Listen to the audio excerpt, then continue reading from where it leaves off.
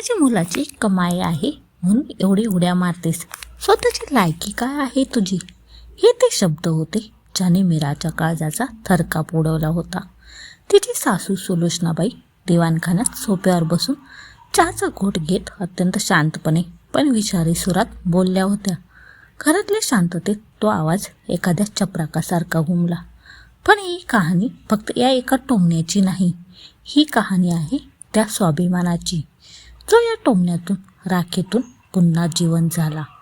मीरा लग्नाआधी एका चांगल्या प्रायव्हेट कंपनीत अकाउंटंट म्हणून काम करायची.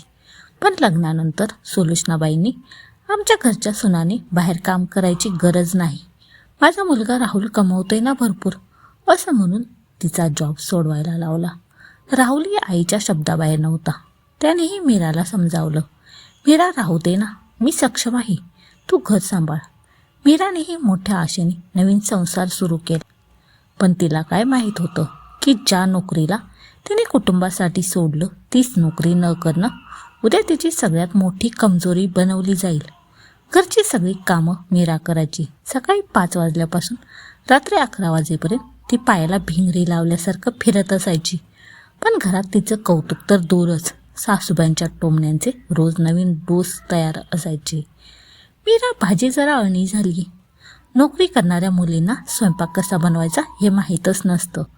राहुलने आणलेली साडी नेसलीस ना, छान आहे, माझ्या मुलाची चॉईस नेहमीच भारी असते. तुला तर एवढी महागडी साडी कधी बाहेरून मिळालीच नसेल. मीरा सगळं सहन करायची कारण तिला संसार टिकवायचा होता. लग्नाला 3 वर्ष झाली होती. राहुलची कंपनीत मोठी प्रगती झाली. राहुलने मीराला एक महागडा फोन भेट दिला. मीरा खूप खुश झाली. तिने तिच्या मैत्रिणीला फोन करून आनंदाने सांगितलं, राहुलने मला खूप छान फोन दिलाय गं. तिचं हे बोलणं सुलोचनाबाईंनी ऐकलं. त्यांचा चेहरा रागाने लाल झाला. मैत्रिणीचा फोन ठेवताच सुलोचनाबाई मीरासमोर येऊन उभ्या राहिल्या. त्यांच्या डोळ्यातून जणू विस्तव बाहेर पडत होता. माझ्या मुलाची कमाई आहे म्हणून एवढी उड्या मारतेस, स्वतःची लायकी काय आहे तुझी? सुलोचनाबाई तावातावाने म्हणाल्या, सकाळी उठल्यापासून या घरात फुकटचं खातेस. 1 रुपया कमावायची अक्कल नाही. राहुलच्या पैशावर ऐश करतेस आणि मैत्रिणींना टायरुबाब दाखवतेस. लायकी लागते ग स्वतःचं असं काही करायला. स्वतःच्या हिमतीवर एक चहाचा कप तरी विकत घेऊ शकतेस का? मीरा सुन्न झाली. तिच्या डोळ्यातून गळगळ अश्रू वाहू लागले. तिने राहुलकडे पाहिले जो नुकताच ऑफिसमधून आला होता. मीराला वाटलं राहुल तिच्या बाजूने बोलेल, पण राहुलने फक्त एवढंच म्हटलं, मीरा, आई मोठ्या आहेत, जरा समजून घेत जा ना, आणि पैशांचा माज असल्यासारखं मैत्रिणींशी कशाला बोलायचं. त्या रात्री मीरा झोपू शकली नाही. सासूबाईंचे ते शब्द, स्वतःची लायकी काय आहे तुझी, तिच्या कानात सारखे घुमत होते. तिने आरशात स्वतःला पाहिलं. ती फक्त एका घरची सून आणि राहुलची बायको उरली होती, जिची स्वतःची ओळख शून्य झाली होती. मीराने ठरवलं, आता रडायचं नाही, लढायचं. तिने हळूच राहुलकडे एक मागणी केली, मला घरात बसून खूप कंटाळा येतो. मी घरूनच फ्रीलान्सिंग म्हणून काही अकाउंटंटचं काम करू का? जुन्या ओळखीच्या लोकांकडून काही काम मिळते का बघते. राहुलने जास्त लक्ष न देता होकार दिला, कारण घरूनच करायचं होतं. सुरुवातीला मीराला खूप त्रास झाला. घरचं सगळं काम आटोपून दुपारी सासूबाई झोपल्यावर, रात्री सगळी झोपल्यावर मीरा कॉम्प्युटरसमोर बसायची. झोप पूर्ण होत नव्हती, डोळे सुजायचे. मनात एकच जिद्द होती, स्वतःची लायकी सिद्ध करायची. हळूहळू मीराच्या कामाची अचूकता पाहून तिला मोठ्या कंपन्यांचे प्रोजेक्ट्स मिळू लागले. तिने तिची स्वतःची एक छोटी फर्म सुरू केली. सुरुवातीला काही 1000 येणारे पैसे आता लाखांच्या घरात जाऊ लागले. पण तिने घरात याबद्दल कोणालाच फारसं सांगितलं नाही. ती शांतपणे तिचं साम्राज्य उभं करत होती. 4 वर्ष उलटली. मीराची फर्म आता चांगलीच नावारूपाला आली होती. आणि अचानक एक दिवस राहुलच्या कंपनीत मोठी कपात झाली. राहुलची नोकरी गेली. राहुल पूर्णपणे खचला. घराचा होम लोनचा हप्ता, सुलोचनाबाईंच्या औषधांचा खर्च, घरखर्च सगळंच थांबलं. घरात चिंतेचं वातावरण होतं. सुलोचनाबाईंचा चेहरा पडला होता. राहुल डोक्याला हात लावून बसला होता. आता कसं होणार? बँकेचे हप्ते थकले तर घर जप्त होईल. सुलोचनाबाई रडकुंडीला येऊन म्हणाल्या. तेव्हा मीरा शांतपणे पुढे आली. तिने तिच्या बॅगमधून एक चेकबुक काढलं. तिने बँकेच्या हप्त्याची आणि घर कर्जाची पूर्ण रक्कम चेकवर लिहिली आणि तो चेक राहुलच्या हातात दिला. राहुलने थक्क होऊन चेक पाहिला. त्यावर मीराच्या स्वतःच्या कंपनीचं नाव होतं आणि स्वाक्षरी मीराची होती. हे हे एवढे पैसे तुझ्याकडे कुठून आले मीरा? राहुलने विचारलं. मीरा अत्यंत शांत आणि संयमी स्वरात म्हणाली, गेल्या 4 वर्षापासून मी घर सांभाळून माझी स्वतःची अकाउंटिंग फर्म चालवते. राहुल, तुझी नोकरी गेली तरी काळजी करू नकोस. हे घर, आईची औषधं आणि आपला खर्च चालवायला तुझी बायको पूर्णपणे खंबीर आहे. सुलोचनाबाई सोप्यावर बसून हे सगळं पाहत होत्या. त्यांच्या पायाखालची जमीनच सरकली. 4 वर्षापूर्वी ज्या मुलीला त्यांनी फुकट खाऊ आणि लायकी नसलेली म्हटलं होतं, आज तीच मुलगी पूर्ण घर सांभाळत होती. मीरा सुलोचनाबाईंच्या जवळ गेली. तिने त्यांच्या हातात चहाचा कप दिला, जो त्याने स्वतःच्या पैशातून आणलेल्या साहित्यातून बनवला होता. तिने सासूबाईंच्या डोळ्यात डोळे घालून अतिशय आदराने पण करारे आवाजात विचारलं, आई, 4 वर्षांपूर्वी तुम्ही मला माझी लायकी विचारली होती. आज या घरातलं अन्न, तुमची औषधं आणि तुमच्या डोक्याचं छप्पर माझ्या स्वतःच्या कमाईने चालवते. सांगा आता माझी लायकी काय आहे? सुलोचनाबाईंकडे बोलायला एकही शब्द नव्हता. त्याने शर्मेने मान खाली घातली. त्यांना त्यांच्या त्या दिवशीचा टोमण्यांची किंमत कळाली होती. मीराने कोणाचा अपमान केला नाही, घर तोडलं नाही की कोणाशी भांडणं केलं नाही. तिने तिच्या सासूच्या टोमण्यालाच तिचं शस्त्र बनवलं आणि स्वतःचं अस्तित्व निर्माण केलं. आज ती घरात फक्त एक सून नव्हती, तर त्या घराचा मुख्य खांब होती. सुलोचनाबाईंची खाली झुकलेली मान आणि राहुलच्या चेहऱ्यावरील अपराधीपणाची भावना घरात एक सुन्न करणारी शांतता पसरली होती. मीराने तिथून मागं वळून आपल्या खोलीत पाऊल ठेवलं. पण हा तिचा शेवट नव्हता. ही तिच्या आयुष्यातील एका नव्या आणि अधिक मोठ्या संघर्षाचा आरंभ होता. त्या दिवसापासून घरातलं वातावरण पूर्णपणे बदललं. ज्या सुलोचनाबाईंचा आवाज घरात नेहमी चढलेला असायचा, त्या आता मीरासमोर आली की नजरा चोरू लागल्या. सकाळी उठून मीराला चहासाठी उठवणाऱ्या सासूबाई आता स्वतः उठून चहा बनवू लागल्या होत्या.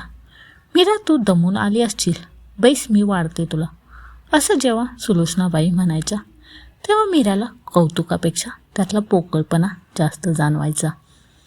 मीराला माहीत होतं की हा बदल आदरापोटी नव्हता, तर तो पैशाच्या गरजेपोटी आणि भीतीपोटी होता. राहुल अजूनही नवीन नोकरीच्या शोधात होता. रोज नकाराचे फोन आल्यामुळे तो पुरता खचला होता. एकीकडे बायकोची वाढती प्रगती आणि दुसरीकडे स्वतःचं अपयश, या विचाराने राहुलच्या मनात एक सुप्त न्यूनगंड निर्माण होऊ लागला होता. एक दिवस रात्री राहुलने मीराला विचारलं, मीरा, तुझ्या कंपनीत मला काही काम मिळू शकतं का? म्हणजे मी घरात रिकामा बसण्यापेक्षा. मीरा राहुलच्या डोळ्यात पाहत म्हणाली, राहुल, माझी कंपनी ही माझी मेहनत आहे. एक उत्तम फायनान्शियल अनालिस्ट आहेस. माझ्या हाताखाली काम करून तुझा स्वाभिमान दुखावेल, त्यापेक्षा तू स्वतःचा वेळ घे आणि तुझ्या तोडीची नोकरी शोध. तोपर्यंत मी समर्थ आहे. मीराचं हे बोलणं राहुलला लागलं.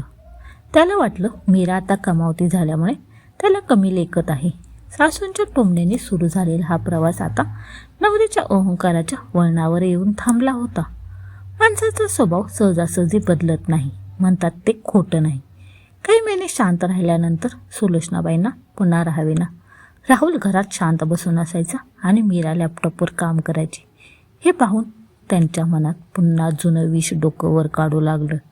एक दिवस राहुल घरात नसताना सुलोचनाबाई मीराच्या खोलीत आल्या. त्याने दारात उभं राहून हात बांधले आणि म्हणाल्या, मीरा, पैसे कमवतेस म्हणून फार उडू नकोस. नवरा घरात बेकार बसलाय आणि तू AC खोलीत बसून हुकूम सोडतेस. 4 पैसे काय आले, नवऱ्याला पायाखाली तोडवायला लागलीस. शेवटी पुरुष तो पुरुषच असतो, त्याची जागा तुझ्यापेक्षा वरच राहणार. मीराने लॅपटॉप बंद केला. ती खुर्चीवरून उठली आणि सासूबाईंच्या समोर आली. तिच्या चेहऱ्यावर राग नव्हता, तर एक अथांग शांतता होती. आई, मीरा म्हणाली, जेव्हा राहुल कमावत होता आणि मी घर सांभाळत होते, तेव्हा तुम्ही म्हणालात माझी लायकी नाही. आज मी कमावते आणि राहुलला सांभाळते, तर तुम्ही म्हणताय मी नवऱ्याला तोडवते. मला सांगा, एका स्त्रीने नक्की करायचं काय? स्वतःचं अस्तित्व नसेल तर तुम्ही पायदळी तोडवणार आणि अस्तित्व निर्माण केलं तर नवऱ्याचा अहंकार आडवा येणार. तेवढ्यात दारावर बेल वाजली. राहुल आत आला. त्याच्या हातात एक पत्र होतं. त्याला एका मोठ्या मल्टीनॅशनल कंपनीतून ऑफर लेटर आलं होतं आणि पॅकेज पूर्वीपेक्षा दुप्पट होतं. राहुलच्या हातातलं ऑफर लेटर पाहून सुलोचनाबाईंच्या चेहऱ्यावर जणू हत्तीचं बळ आलं. त्याने लगेच मीराकडे पाहून तोंडसूक घ्यायला सुरुवात केली. बघितलंस माझ्या मुलाची लायकी काय आहे? शेवटी तो वाघ आहे. त्याची नोकरी परत आली. आता तुझ्या 2 पैशांच्या कंपनीची आम्हाला गरज नाही. त्याने राहुलकडे पाहिलं. तिला वाटलं आज तरी राहुल त्याच्या आईला रोखेल, पण राहुल शांत राहिला. त्याच्या चेहऱ्यावर एक विजयी हास्य होतं. तो मीराला म्हणाला, मीरा, आई जरा जास्त बोलतात, पण त्यांचं म्हणणं चुकत नाही. आता माझी नोकरी लागली, त्यामुळे तू तुझी ही फर्म बंद करावीस असं मला वाटतं. आपण पूर्वीसारखं राहू. मला माझी बायको बिझनेस वुमन म्हणून नको, तर घरातली गृहिणी म्हणून हवी. राहुलचे हे शब्द ऐकून मीराच्या पायाखालची जमीन सरकली नाही. उलट तिची पावलं जमिनीवर अधिक घट्ट रोवली गेली. तिला समजलं की या घरात फक्त सासूच नाही, तर तिचा नवराही तिच्या अस्तित्वाचा शत्रू आहे. मीरा मागे सरकली. तिने कपाटातून एक फाईल काढली आणि ती राहुलच्या समोर टेबलवर ठेवली. हे काय आहे? राहुलने विचारलं. हे माझे पेपर्स आहेत, मीरा करारी आवाजात म्हणाली. राहुल, जेव्हा तुझ्याकडे काही नव्हतं तेव्हा मी माझं सर्वस्व पणाला लावून हे घर सांभाळले, पण तुला आणि आईंना माझी प्रगती, माझा स्वाभिमान कधीच पचवता आला नाही. तुम्हाला फक्त एक गुलाम हवी, जिला हवं तेव्हा टोमणे मारता येतील आणि हवं तेव्हा घरात डांबता येईल. सुलोचनाबाई ओरडल्या. काय करणार आहेस तू? घर सोडून जाणार? जा बघू कशी राहते स्वतःच्या हिमतीवर. मीरा हसली आणि म्हणाली, आई, कदाचित तुम्ही विसरलात, हे घर ज्या जागेवर उभं आहे त्याचं होम लोन अजूनही चालू होतं. राहुलची नोकरी गेल्यावर बँकेची नोटीस आली होती, तेव्हा मी माझ्या कंपनीच्या नावावर या घराचं पूर्ण लोन फेडलं आहे. कायदेशीररित्या हे घर आता माझ्या नावावर आहे. हे ऐकताच राहुल आणि सुलोचनाबाईंचे चेहरे पांढरे पडले. राहुल पूर्णपणे निशब्द झाला होता. नोकरीच्या आणि पुरुषी अहंकाराच्या धुंदीत तो काय गमवायला निघाला होता याची त्याला जाणीव झाली. त्याने पुढे होऊन मीराचे दोन्ही हात हातात घेतले. मीरा, मी चुकलो. स्वतःच्या अपयशामुळे मी तुझा तिरस्कार करू लागलो होतो, पण आज तू दाखवून दिलंस की तू या घराचे फक्त काम करणारी सून नाहीस, तर या घराचा मुख्य आधारस्तंभ आहेस. तुझी फर्म बंद करण्याचा प्रश्नच येत नाही. मला तुझ्या या प्रगतीचा अभिमान आहे. सुलोचनाबाईंचेही डोळे पाणावले होते. स्वतःच्याच शब्दांची त्यांना आता लाज वाटत होती. त्या जड पावलांनी मीराजवळ आल्या आणि थरथरत्या आवाजात म्हणाल्या, पोरी, मी आयुष्यभर फक्त जुन्या रूढी आणि पैशाचा माज पाहिला.